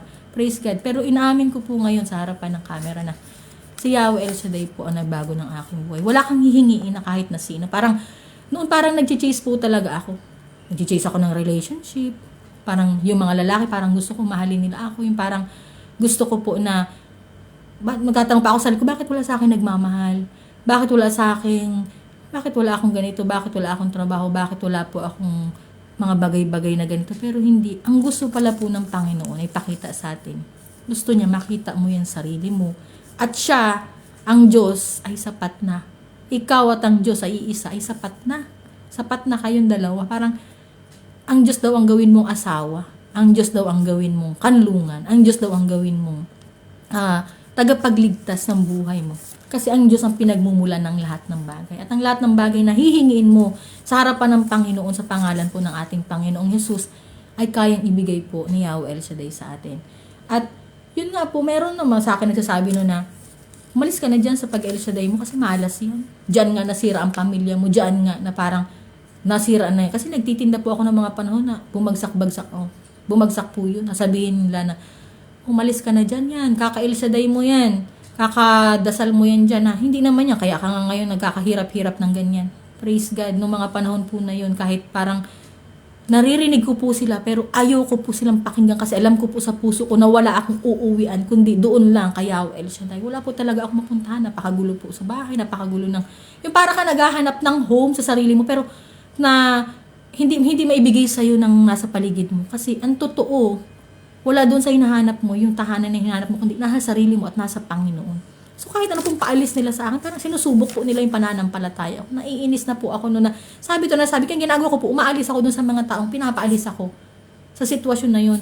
Umalis ka dyan kay Yahweh El Shaddai, umalis ka. Pero hindi nila alam na sa bawat panalangin ko po, nung kahit hindi po ganun kalalaki ang binibigay ng Panginoon na sa akin, na parang sinusubok niya, hinuhulma niya po yung pananampalataya ko. Nagsasarili pa po ako ng gawa kasi may free will ang tao. May free will. Pero yun nga po, wag mo daw subukin ang Panginoon. Kasi hindi lang po nabubuhay sa tinapay ang tao, kundi maging sa salita na namumutaw sa bibig ng Panginoon. Sa Mateo 4:4, ang sabi ng Panginoon. Ano ang sabi ng Diyos sa Mateo 4:4? Datapot siya'y sumagot at sinabi na susulat, hindi sa tinapay lamang mabubuhay ang tao, kundi sa bawat salitang lumalabas sa bibig ng Diyos. Amen po ba? Hindi lang po sa sarili nating kakayahan, kundi hindi lang sa paghahanap natin sa material na bagay, kundi sa mga salitang namumutawi po sa bibig ng ating Panginoon. Yan po yung kanlungan natin. Yan po yung magiging lakas natin. Kaya yung mga nagsasabi sa umalis ka na dyan, huwag ka na dyan maglingkod, huwag ka na sa totoo lang po, hanggang sa nakarating pa po ako, meron pa po akong pinasukan ng mga may Pentecostal, meron pong GIL na hindi ko po kundi ang Panginoong Jesus po, kahit saan, sabi ko, kahit saan ang Panginoong Jesus na sekta o religion, doon po, parang nakikinig po ako ng mga salita, ng mga turo at aral. Pero, ang sabi ng Panginoon, kung saan ka po talaga niya tinawag, hindi ka talaga makakaalis. Parang pilit ko po na gusto kong tumalikod, gusto kong umalis. Hanap ako ng hanap, yun po ang totoo. Naghahanap ako na binigyan ka na ng Diyos, naghahanap ka pa, pinagtataksilan mo ang Panginoon. Yun po ang totoo. Kaya sasabi ko po na hindi Diyos ang nagkakasala, tao ang nagkakasala, pero ang Diyos na nanatili na nagpapatawad sa lahat ng tao. Ang dami ko po noon na mga parang pilit akong inaagaw ng ibang Ako naman po parang gusto kong makakilala ng mga bagong mga members ka, sisters. Hindi ko po yun inano kasi kumbaga, para po tayo sa lahat ng tao. Hindi ko po yun binabatikos. Yun po ay karanasan ko sa aking pag-iespiritual na buhay, kung saan pinalalago ka ng Diyos. Pero ipinapakita ng Panginoon sa'yo na kung saan kanya tinawag, huwag kang aalis, kapatid. Kung tinawag ka niya sa ubasan niya, yun po totoo. Pag tinawag ka po ni Yahweh El Shaddai dyan sa lugar na yan, hindi ka po makakatalikod kahit saan mo gusto. Susubukin ka niya na susubukin ang pananampalataya mo. Pero hindi ka makakaalis, kapatid. Ibabalik at ibabalik ka ng Panginoon sa paahan niya. At paglilingkurin ka niya na dyan ka lang, huwag kang aalis. Nasabi niya, manatili ka. Praise God. Maraming salamat po kay Yahweh El Shaddai. At nasasabi ko po ito ngayon. Maraming salamat po sa Panginoon sa buhay na ibinigay niya sa akin. Sa pinagdadaanan ko po dito sa Dubai ngayon. Minsan nasabi na, akala nila na, ay ang sarap ng buhay ng mga OFW. Minsan pag sinabing OFW ka, parang kayang-kaya mong ibigay ang lahat ng bagay sa pamilya mo. Kaya mo lahat na parang ano yun. Kasi mayaman ang tingin sa'yo, OFW ka eh. Parang kaya mong magpadala ng ganito, kaya mong mag-package ng ganyan. Praise God. Yun po sana ang gusto kong mangyari, pero purihin ang Diyos. Iba po ang ginawa ng Panginoon sa akin. Ang sabi ng Panginoon sa akin, magtiwala ka. Hindi ko nga po akalain na kaya ko pong magpahayag ng ganito sa kalooban po ng Panginoon. Pero ang sabi po ng Panginoon, magpakatapang at magpakalakas ka. Sasamahan kita saan ka man po maroon. Maraming salamat po sa Panginoon na tinutupad naman po niya yung mga buhay na salita niya. Ako po may takot din na nararamdaman kasi may mga giyera, kung mababagsakan po ba tayo ng missile dyan, kung ano pong mangyayari. Pero, tas ganito po yung kalagayan ko na akala po kasi ng tao minsan kapag nagsasadyos ka, mayaman ka na. Akala po nila parang kaya nang ibaba sa'yo ang lahat ng yaman. Pero, inuulan po talaga ako ng biyaya at pagpapala ng Panginoon sa mga pagkakataon na ito. Pero, ang masasabi ko po, ang payapa ng puso ko, hindi po masayod ng kaisipan ng tao. Totoo po yan, nakakatulog po ako ng payapa. Nakakangiti at nakakatawa po ako sa biyaya ng Panginoon. Na hindi ko po inaalala kung ano ang bukas, kung kakain po ako ngayon, kung anong ibibigay ng Panginoon. Pero biyaya at pagpapala po, iniingatan at pinoprotektahan ako ng Diyos. Ang sabi lang ng Panginoon, gawin mo ang ipinapagawa ko sa iyo. Ayoko pong maghanap ng mga bagay-bagay sa aking buhay. Ayoko pong mapagod na parang, hindi ko sinasabi po na mapapagod ka lang kasi maghanap ka para ipamigay mo. Hindi po. Ang puso po ng tao ay likas yan. Minsan may likas na tao na handang magbigay, handang tumulong, handang gumanap din po. Pero minsan din po, ipapakita ng Panginoon sa'yo na kailangan mo ring unahin yung sarili mo. Makita mo yung sarili mo. Parang makita mo ako. Na ang tagal ko na naghihintay dito sa'yo pero hindi ka nagtitiwala sa akin. Parang ang hirap mong hawakan. Ang hirap mong hawakan. Sabi ng Diyos, manatili ka. Huwag kang malikot. Huwag kang gumalaw. Magtitiwala ka lang. Yun po yung sabi ng Panginoon. Magtiwala ka sa mga salita niya. Magtiwala ka. Praise God. Gawin mo sa akin, Panginoon, ang yung mga salita. At take over, Holy Spirit. Take over, Lord God. Take over, Yahweh El Shaddai, sa buhay ko ngayon. At ito lang po ang gustong gawin ng Panginoon, na ipahayag ang kabutihan niya para marinig po ng tao ang kanyang tinig. Praise God. At ito pong ginagawa ko ay living testimony ko po sa aking buhay na yan po ang ginawa ng Diyos sa akin. Hindi ko po alam kung saan ako pupunta, ano ang mga susunod kong gagawin. Sila po ang alam ko. Dinala ko ng Panginoon sa lugar na to at alam ko pong may plano siya para sa akin. Amen po ba? At yun nga po, ang sabi po dito ng Panginoon na hanggang saan daw po ba kayang dipakan ni Yahweh El Shaddai ang pananampalataya? Hanggang po sa kahuli-hulihan. Tinatapos po ng Diyos ang kanyang nasimulan at tapat ang Diyos. Hindi po siya sinungaling. Hindi po niya tayo iiwan sa ere at hindi po nagpapahuli ang Panginoon sa lahat ng oras. Paano ka sabihin na dumadaan ka na sa problema mo, hindi ka pa nagpapahuli, naniniwala ka pa rin sa Diyos, pati hindi ka maghanap. Meron po niya magsabi, maghanap ka na maghanap. Minsan po ang tao, hindi sa pananahimik mo, hindi mo kailangan ipagsigawan sa kanila kung anong ginagawa mo. Kasi sa tahimik na laban ng buhay mo, sa oras na nananalangin ka sa Panginoon, ang Diyos po ang gumagawa para sa iyo. Sa 1 Corinto 10:13,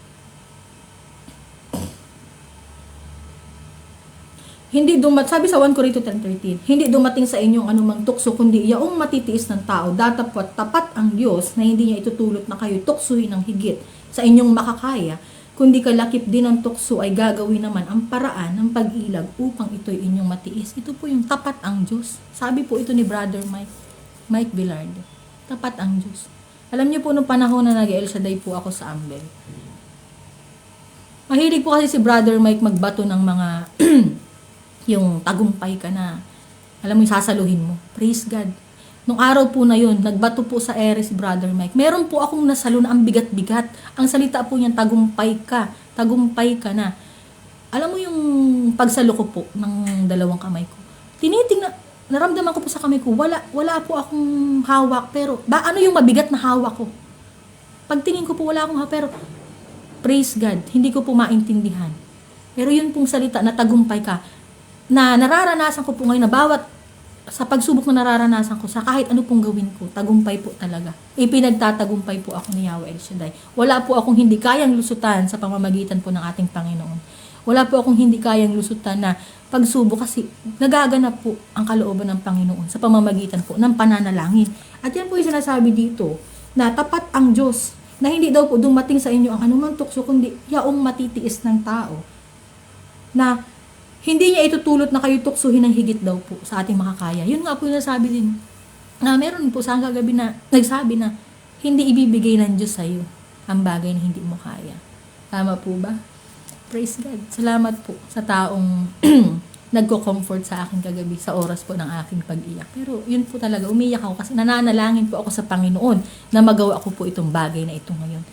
Pinagninilayan ko po ito ilang araw na. Paano ko po ito gagawin, paano po. Kasi hindi ako sanay mag-live, hindi po ako sanay mag-video ng ganito. At ito po ay biyaya ng Panginoon na parang ang gaan po para sa akin na magbahagi. Bagamat walang nanonood, wala pong likes. Hindi po ako dun after sa like o comment. Sa akin po, na magawa ko po yung kalooban ng Panginoon. At gusto ko pong ibahagi na mabuti po ang Diyos na ito po yung pinagdadaanan ko. Ito po yung living testimony na kung sa akin po, nabago man lang po ako, para sa akin na, nabago man lang po ako mamatay, o babagsakan daw po ng missile, parang meron po ako nagawang mabuti para sa Panginoon. Parang sabi ko po na, naganap ang mission.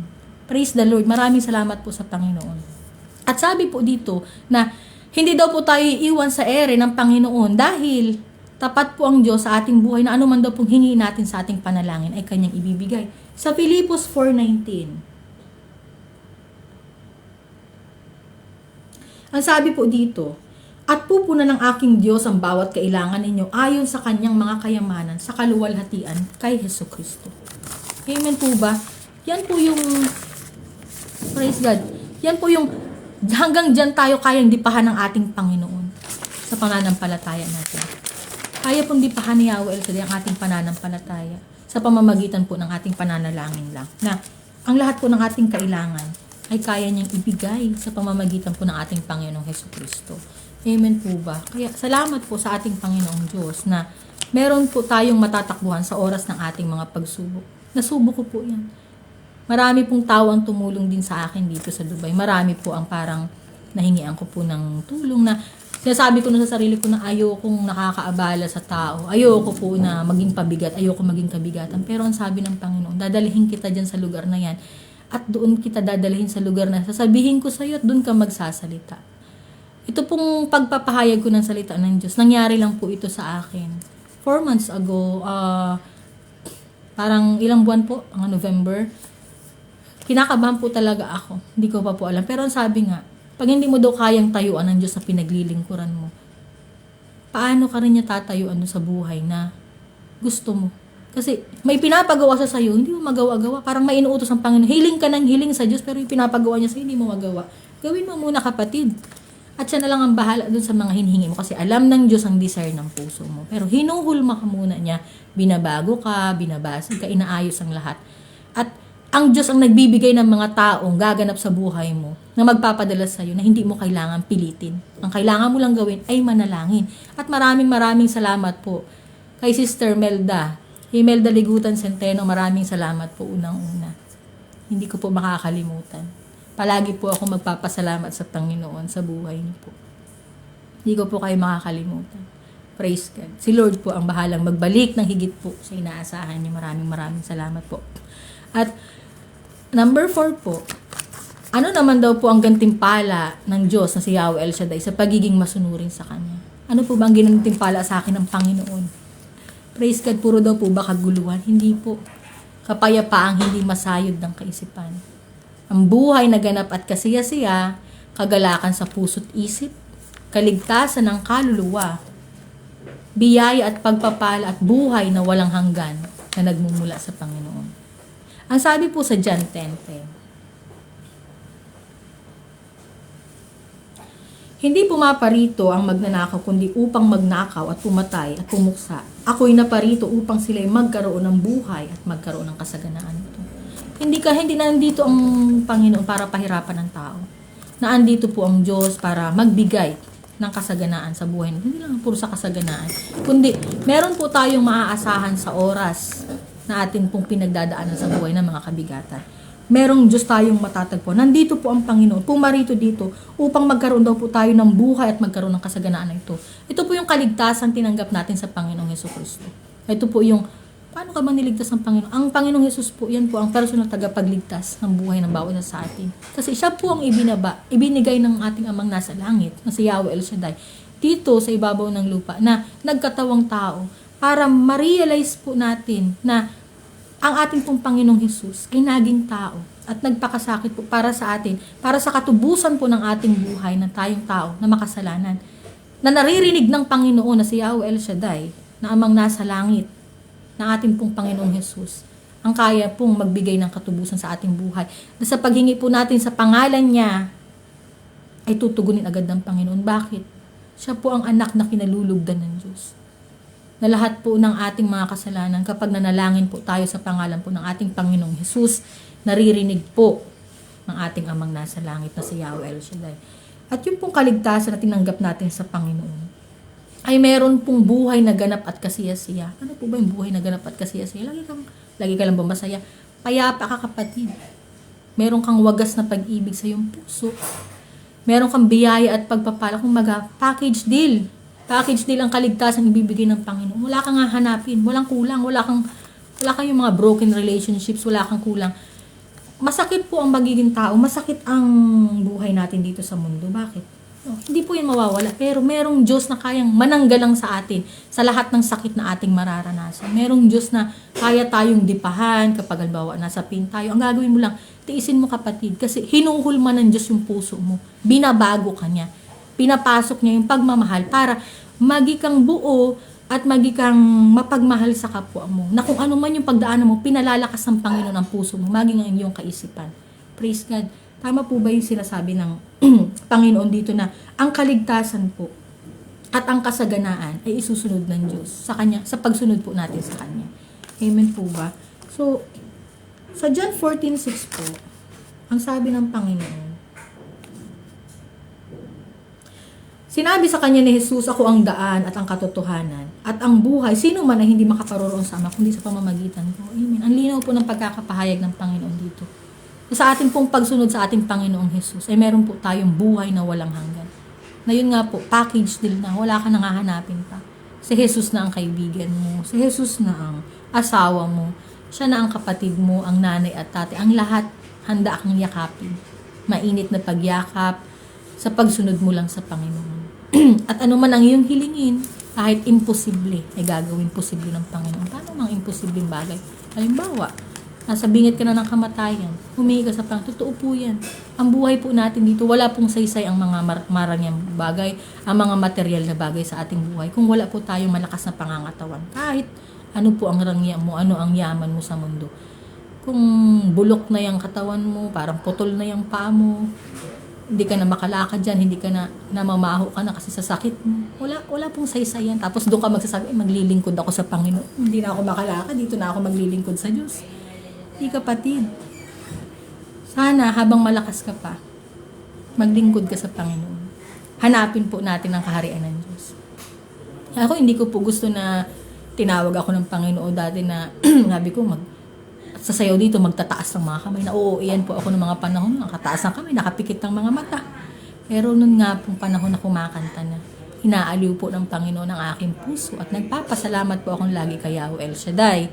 Kasi mahal na mahal niya po ako. Wala man po sa akin na parang, Wala akong asawa, wala akong mga anak ngayon, wala akong mga bagay na meron ako na hinihiling ko, pero ang kapayapaan ko po, ang Panginoon, ang nangako sa akin, nagsabi, ibibigay niya ang lahat ng nais ko. At tunay na pinapatunayan po ng Diyos, na bagamat puro pagsubok po, ito po ay parang buhay na patotoo na iniingatan ko po sa aking puso para sa oras po na itatayo niya ako sa harapan upang magsalita, kaya ko pong patunayan na ang Diyos ay buhay. Praise God. At meron pong mga tao na nawawala ng pag-asa na minsan sa buhay po natin, sa kadiliman natin, ay nagiging biyaya at pagpapala po pala tayo. Nakakala lang natin parang yung mga pinagdaanan natin parang wala, hindi. Ginagamit po ng Diyos yan, ang bawat isa sa atin na maging buhay na patotoo, biyaya at pagpapala sa kapwa natin. Hindi lang po sa material na bagay. Pero yun po, palaging pasalamat ko po sa Panginoon at sa mga taong ginagamit niya na binibigyan niya po ako ng mga tao para tumulong sa akin. Ayoko po na hindi i-receive na parang pinagmamalakihan ko pa na hindi ko po kaya. Sabi ko kay Lord, take over Lord, hindi ko na kaya. Sagad na po ako, bahala ka na. Sa ngayon po na hindi ko po alam kung anong aking gagawin. Ang alam ko lang po, magpahayag ng kabutihan niya, ibigay po sa tao itong pinapagawa niya sa akin at nagpapakumbaba po ako sa harapan ng Panginoon. Siya naman, kumilos siya para sa akin. At gusto ko pong makita kung paano niya ako sasaluhin. Praise God. At maraming salamat po sa Panginoon. Palagi. At sa mga tao po na ginagamit niya. At sabi nga po ng Panginoon, ang biyaya at pagpapalay, isusunod po niya. At ang buhay na walang hanggan sa atin pong pagsunod sa atin pong Panginoong Hesukristo. Sabi po dito sa Romans 6:23, praise God.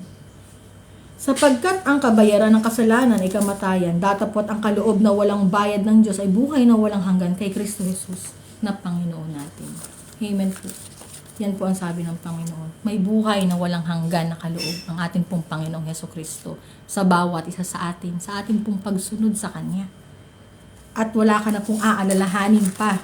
Ang gagawin mo lang bilang tao ay magpupuri at maglilingkod sa Kanya at ang Diyos naman ang maghaahain sa iyo ng buhay na ganap at kasiyasiya at buhay na walang hanggan. Ano yung buhay na ganap at kasiyasiya?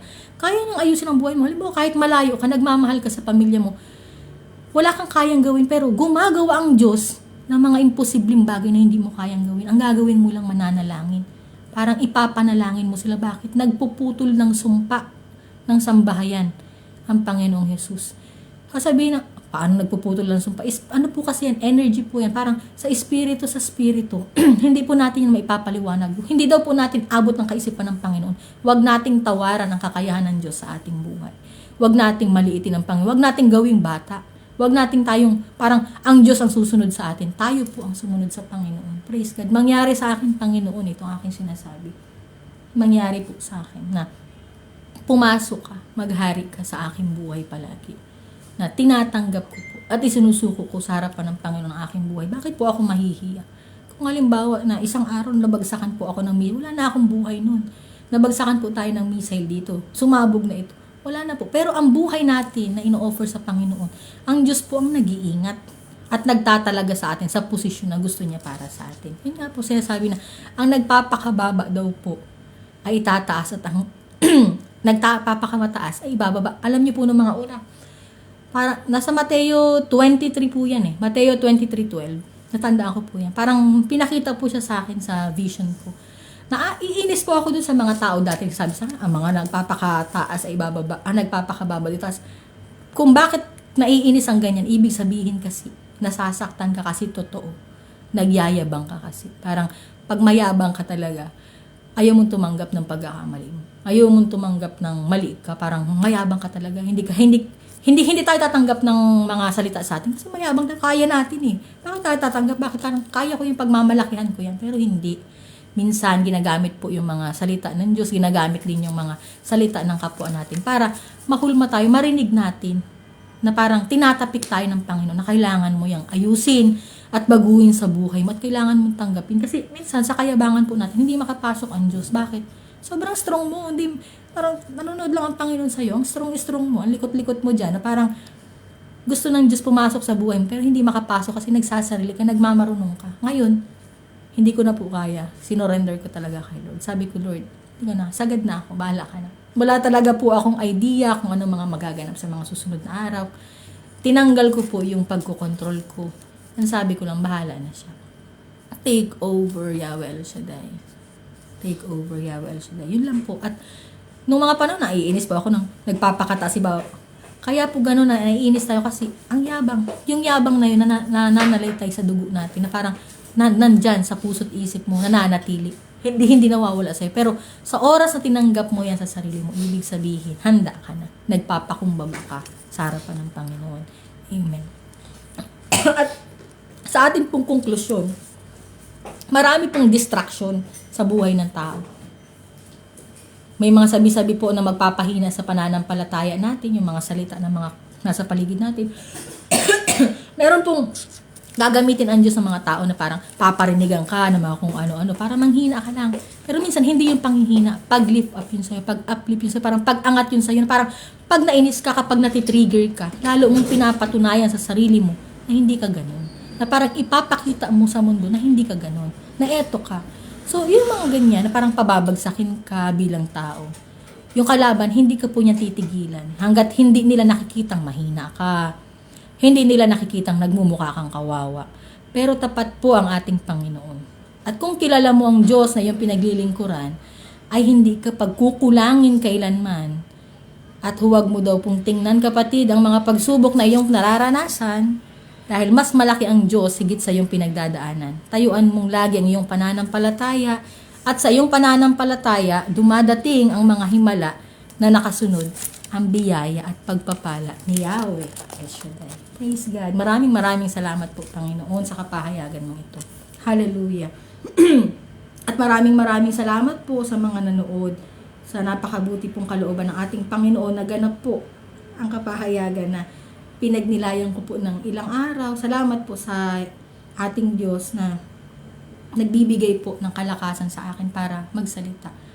Salamat sa Panginoon na ginagamit po niyo yung mga kadiliman ng aking buhay, yung mga pagsubok. Yun po yung parang fuel ko para magpahayag. Parang nawala po yung hiya ako na parang nawalan ako ng ba't ako mahihiya sa Panginoon? Parang inisip ko lang po, kung ito yung huling buhay ko, kailangan ko pong maganap yung misyon. Kailangan ko pong magsalita. Kailangan ko pong ipakilala na mabuti po si Yahweh El Shaddai sa aking buhay. At sa kabutihan po ng ating Panginoon, may gantimpala pong palagi ang Diyos. Praise God. At napakabuti po ni Yahweh El Shaddai. Hallelujah. Thank you, Lord.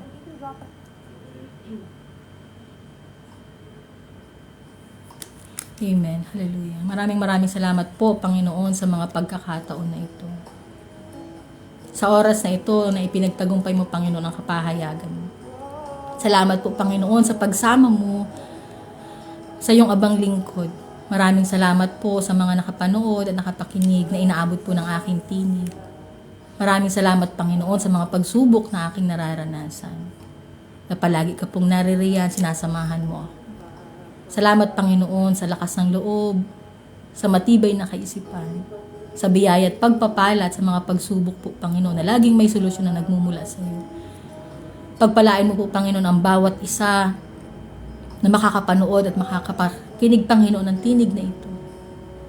Sa mga susunod na panahon, kung meron man pong babalik, Panginoon, sa video na ito. Maraming salamat, Panginoon. Pagpalain mo, O Diyos, ang lahat, Panginoon, ng may mga karamdaman, na magkaroon po, Panginoon, ng kagaanan sa kanilang pakiramdam, kaginhawaan, ng paglaya, Panginoon, sa sumpa, Panginoon, ng karamdaman na matagal na po nilang iniinda. Bigyan mo, Panginoon, ng buhay na ganap at kasiya-siya, na makalakad din po sila sa katwiran. Ikaw po ang Diyos, Panginoon, na kayang magbago ng buhay ng tao. Pagpalain mo po, Panginoon, ang may mga inaalala, ang may mga kabigatan, ang nasa kadiliman, Panginoon, nawawala ng pag-asa. Ang mga tao, Panginoon, na nagugulumihan ng kaisipan. Bigyan mo po, Panginoon, ng maliwanag na isip. Bigyan mo po ng malakas na puso. Tulungan mo po, Panginoon, kami na magtiwala ng lubusan sa iyo. Manampalataya, Panginoon, na ingatan mo po ang aming pananampalataya na yung itinanim sa aming puso.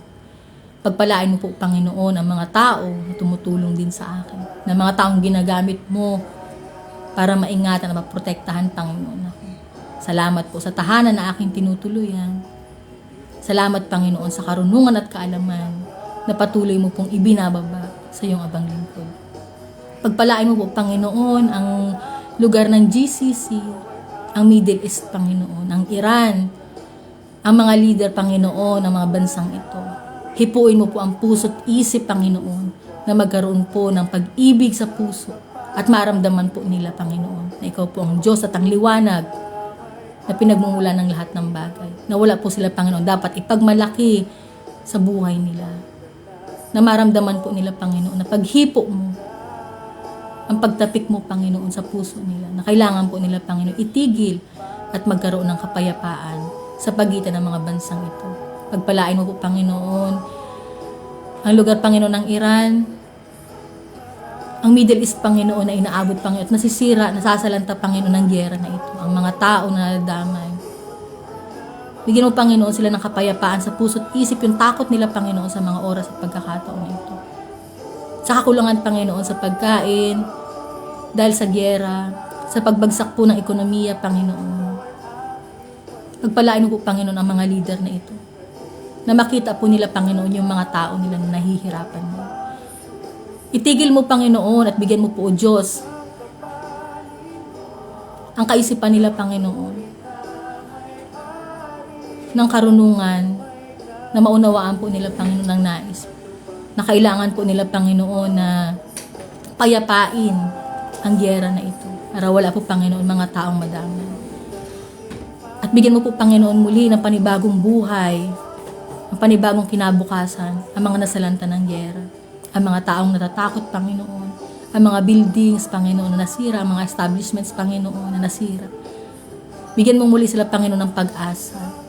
Na makita, Panginoon, nila yung pag-ibig mo. Payapain mo, Panginoon, ang puso't isip ng bawat isa. At magkaroon, Panginoon, ng kapayapaan. Magkaroon, Panginoon, ng kagalingan sa kanilang pinagdadaanan. Yung matagal na, Panginoon, na giyera nila, Panginoon, na alitan sa kapangyarihan. Makita po nila, O Diyos, ang kabutihan mo. Na hindi po nila kailangan, Panginoon, pagtalo-talunan. O magmalaki sila sa bawat isa sa kapangyarihan. O magkaroon sila, Panginoon, ng pagmamalaki na pag-aagawan ng trono. Kundi bagkus, Panginoon, mahalin po nila ang ibinigay mo, Panginoon, na buhay sa kanila. Mahalin po, Panginoon, nila ang lahat, O Diyos, ng mga nasasakupan nila. Pagpalain mo, Panginoon, ang Middle East, ang Iran. Hallelujah. Ang mga bata, Panginoon, nahihirapan. Ang mga magulang, Panginoon, nag-aalala sa kanilang mga anak. At ang mga nawalan ng trabaho, Panginoon. Bigyan mo sila, Panginoon, muli ng pag-asa. Bigyan mo, Panginoon, ng kaganapan na muli silang makabalik sa iyo.